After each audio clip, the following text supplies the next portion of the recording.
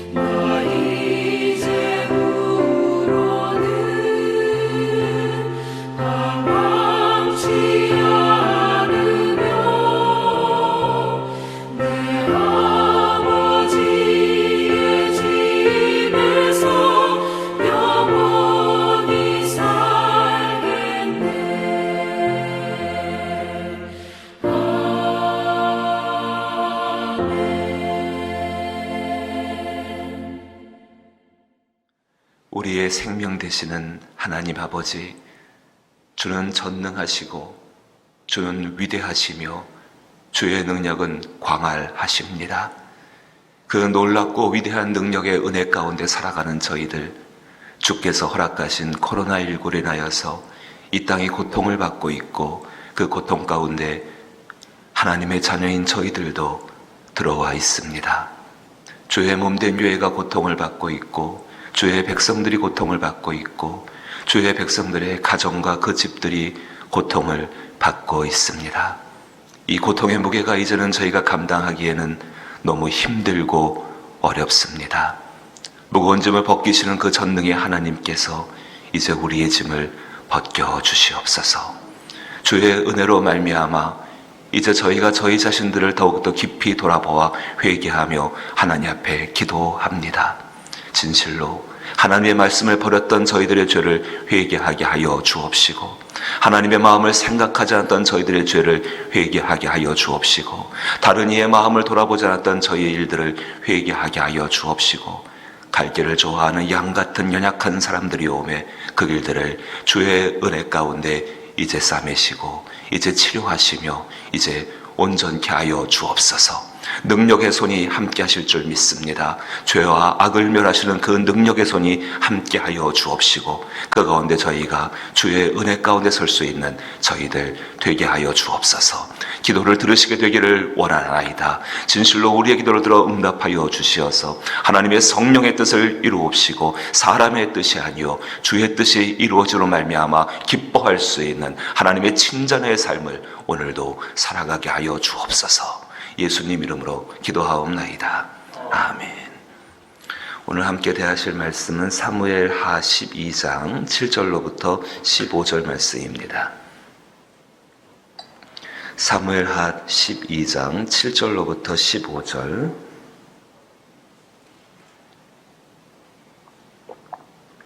사무엘하 12장 7절로부터 15절, 구약성경 480면에 제가 먼저 7절을 읽겠습니다. 나단이 다윗에게 이르되 당신이 그 사람이라. 이스라엘의 하나님 여호와께서 이와 같이 이르시기를 내가 너를 이스라엘 왕으로 기름 붓기 위하여 너를 사울의 손에서 구원하고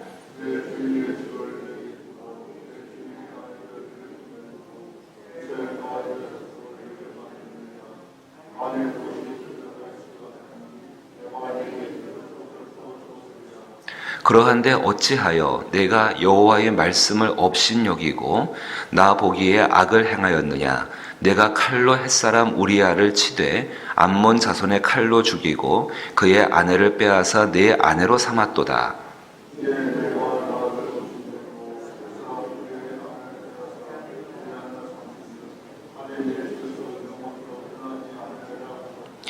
여호와께서 또 이와 같이 이르시기를 보라 내가 너와 내 집에 재앙을 일으키고 내가 내 눈앞에서 내 아내를 빼앗아 내 이웃들에게 주리니 그 사람들이 내 아내들과 더불어 백주에 동침하리라.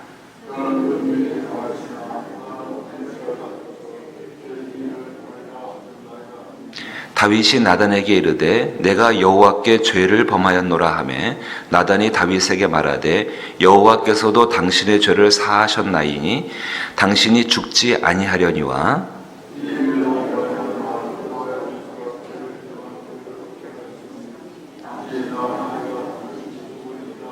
같이 읽죠. 나단이 자기 집으로 돌아가니라. 아멘.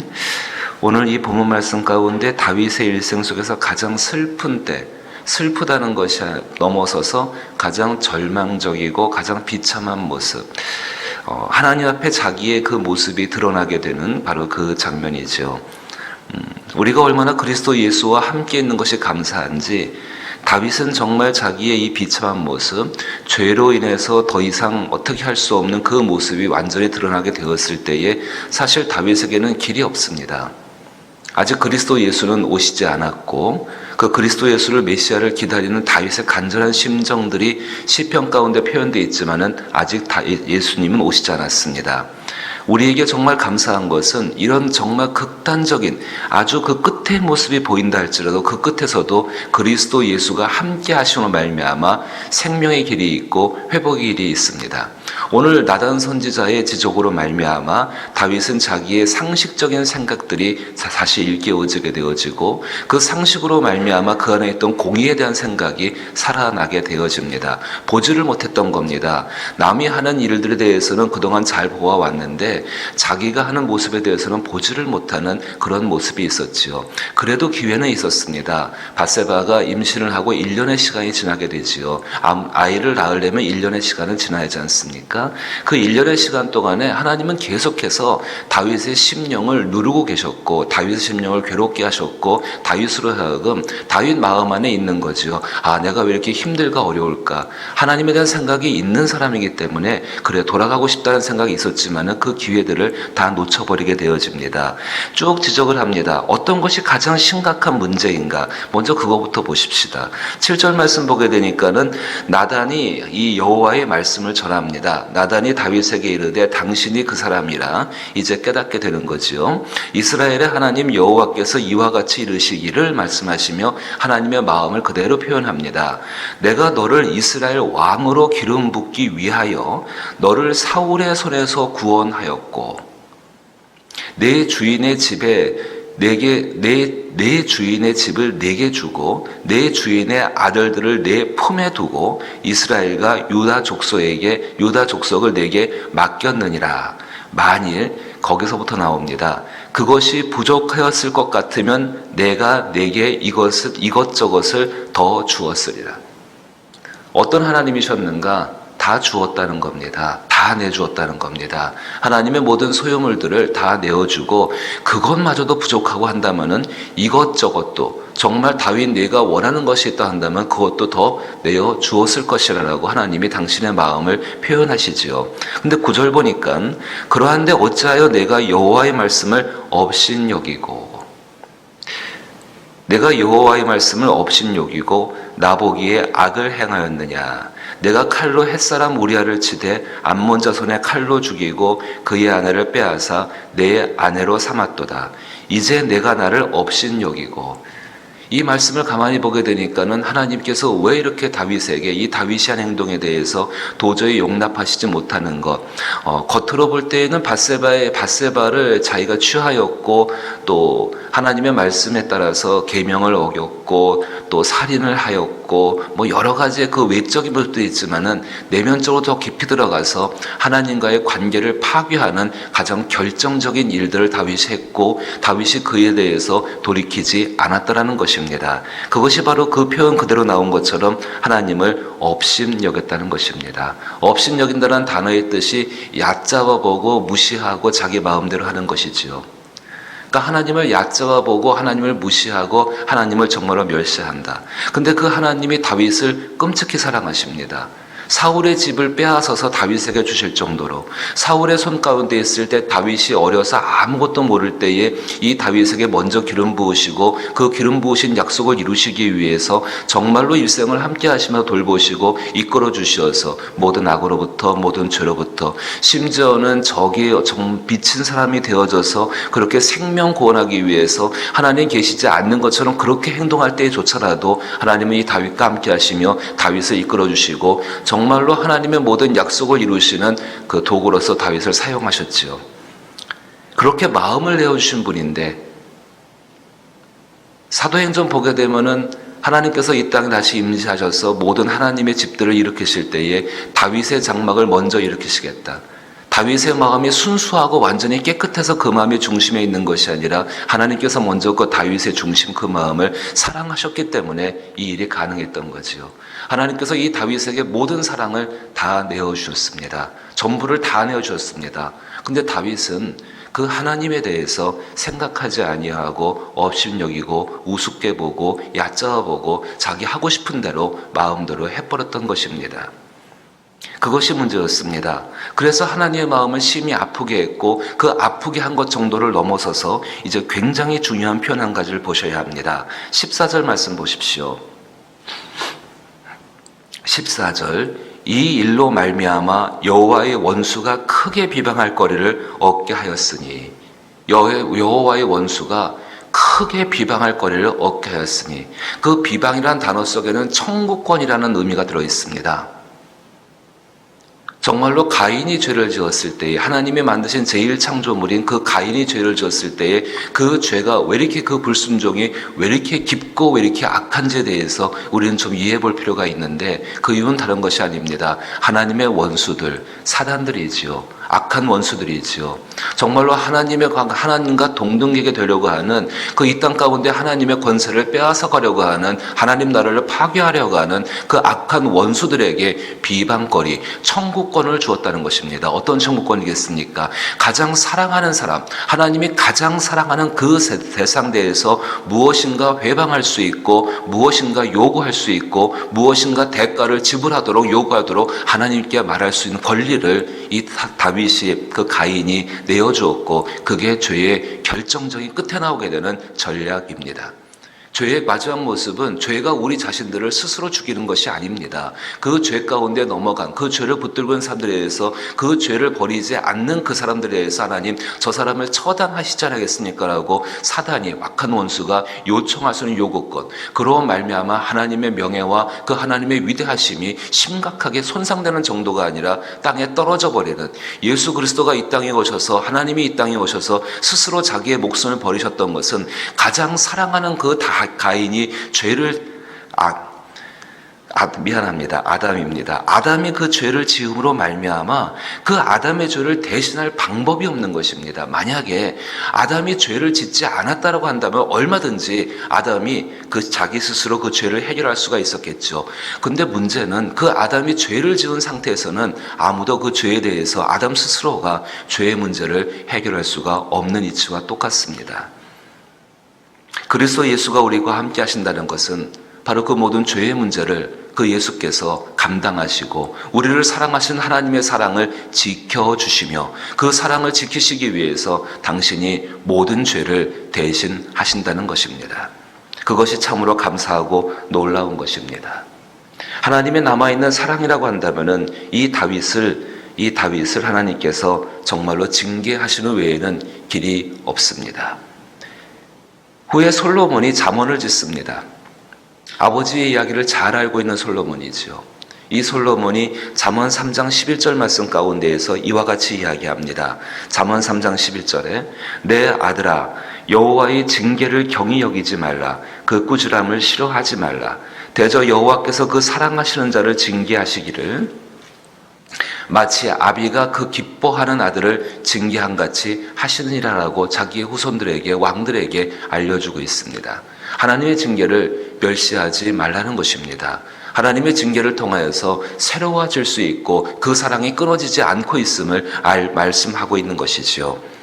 오늘도 마찬가지입니다. 13절 말씀 돌아옵니다. 다시 사무엘하 12장 13절에 다윗이 그 모든 이야기를 들었습니다. 13절에 다윗이 나단에게 이르되 내가 여호와께 죄를 범하였노라 하매, 비로소 인정하는 것이지요. 내가 여호와께 죄를 범하였습니다. 근데 사실은 아직 다윗이 어떤 죄를 어떻게 범했는지, 이 하나님의 마음을 어떻게 아프게 했는지, 하나님의 명예를 어떻게 떨어뜨렸는지, 그것에 대해서는 다윗이 다 깨닫지를 못하고 있습니다. 자기가 밧세바의 관계에서 낳은 그 아들이 죽는다는 이야기를 들었을 때에 이 다윗은 하나님 앞에 자복하고 회개하기 시작합니다. 그 기도의 시간으로 말미암아 다윗은 자기 안에서 하나님께 대해서 자신이 가장 사랑했었고, 그리고 정말로 하나님께 가장 사랑을 받는 자기 자신에 대해서 자기 중심 속의 마음이 무엇이 잘못되어 있었는지를 그제서야 돌이켜보게 되지요. 아직은 그러한 단계는 아닙니다. 하지만 이것만 가지고도 하나님께서는 이렇게 말씀하십니다. 다윗이 나단에게 이르되 내가 여호와께 죄를 범하였노라 하며, 나단이 다윗에게 말하되 여호와께서도 당신의 죄를 사하셨나니 당신이 죽지 아니하려니와.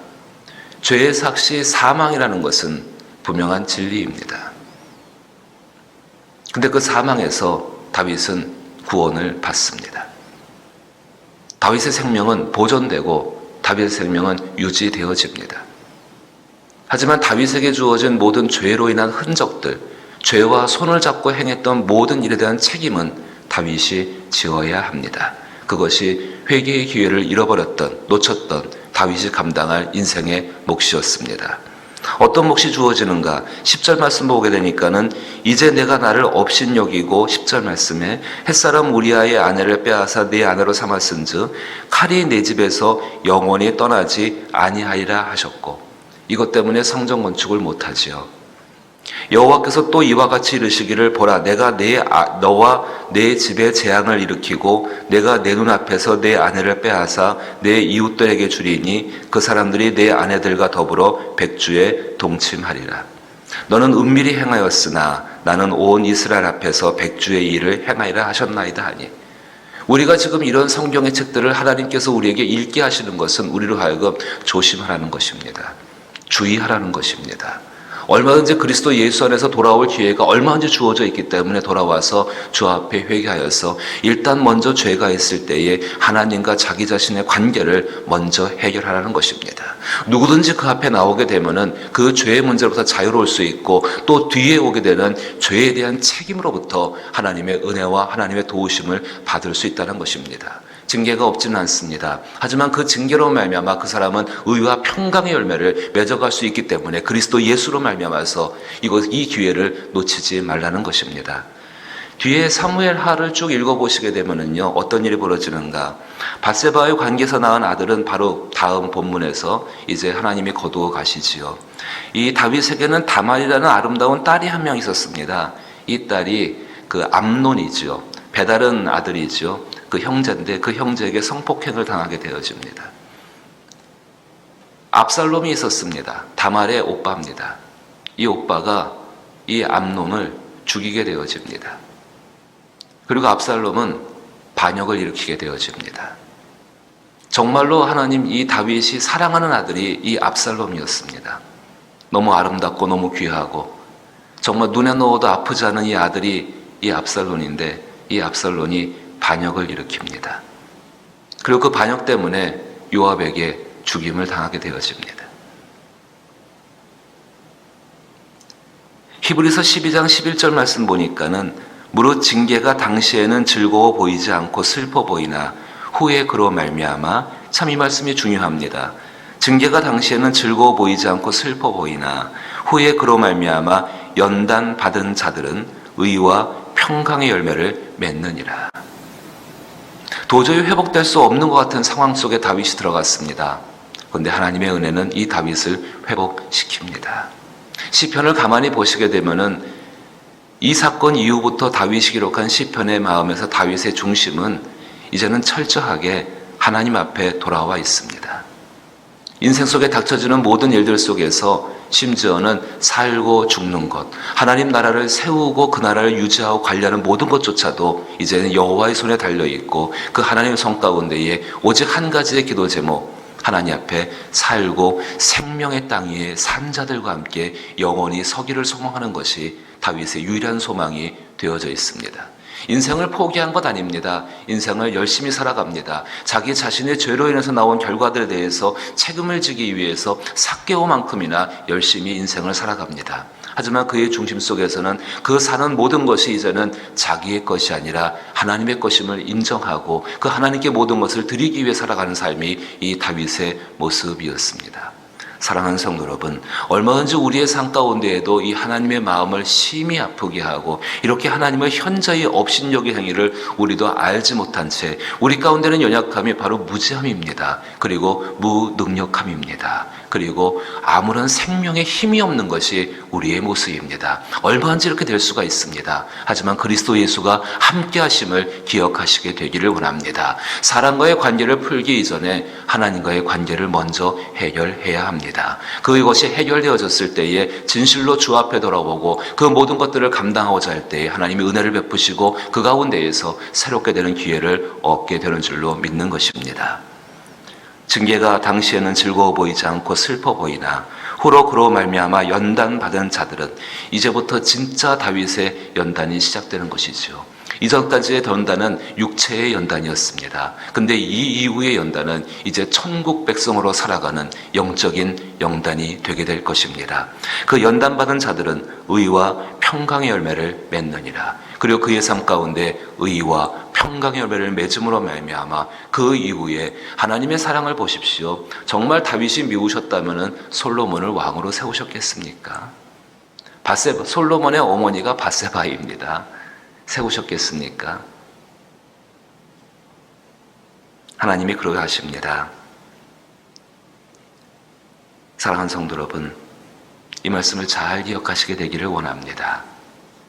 그리스도 예수와 함께 있다는 것, 그 함께 있음으로 말미암아 하나님과 우리와의 관계가 화평케 되어졌음을 기억하시고, 설령 우리 가운데 있는 무지함과 무능력함과 또 정말로 감각 없는 그런 모든 것들을 인해서 그렇게 된다 할지라도 그의 이름을 붙들고 나가서 자기 자신을 하나님 앞에 세우십시오.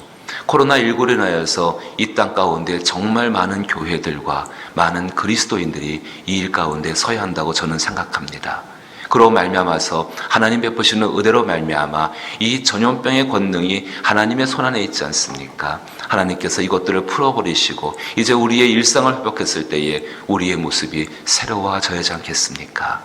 기도 가운데에 준비하고 이 연단 가운데 있을 때에 의와 평강의 열매를 맺을 수 있는 저와 여러분 될 수 있기를, 또 우리의 귀한 자녀들 될 수 있기를 주의 이름으로 축복합니다. 주기도문으로 예배 마칩니다. 하늘에 계신 우리 아버지여, 이름이 거룩히 여김을 받으시오며 나라의 임하옵시며 뜻이 하늘에서 이룬 것 같이 땅에서도 이루어지이다. 오늘날 우리에게 일용할 양식을 주옵시고 우리가 우리에게 죄 지은 자를 사하여 준 것 같이 우리 죄를 사하여 주옵시고 우리를 시험에 들게 하지 마옵시고 다만 악에서 구하옵소서. 대개 나라와 권세와 영광이 아버지께 영원히 있사옵나이다. 아멘. 의와 평강의 회복은 우리들의 노력이 아니라 하나님 앞에 돌아가서 하나님이 베푸시는 은혜 속에 이루어집니다. 그리스도 예수를 의지해서 어떤 죄라든지 혹은 어떤 죄의 결과라든지 그분이 다 십자가에서 감당하셨습니다. 오늘 오직 살피기를 원하시는 것은 너의 마음의 중심에 악이 있느냐 없느냐, 이 땅에 사는 사람들의 마음의 중심에 과연 악이 있느냐 없느냐. 행위에 있는 악을 우리 힘으로 스스로 벗어버릴 수 없을 때에 하나님의 성령이 도우십니다. 그것이 기도입니다. 하지만 우리 마음에 있는 중심에 있는 악은 우리 스스로 버려야 합니다. 기억하시며 기도하게 되기를 바라옵고, 또 이 땅과 이 나라와 코로나19가 종식되어지고 구원받을 영혼들과 병들고 약한 분들, 이렇게 어려운 때는 항상 더 약한 분들이 더 어려워질 수밖에 없는 것이 이치 아니겠습니까? 위에서 기도하기를 원하옵고, 우리의 자녀들을 위해서, 특별히 우리의 집 가정을 위해서 기도할 수 있는 은혜가 있게 되기를 원합니다. 믿음이 떨어지지 아니하고 오히려 주의 은혜 가운데 주의 은혜로 충만케 되게 하여 주옵소서. 함께 기도합니다.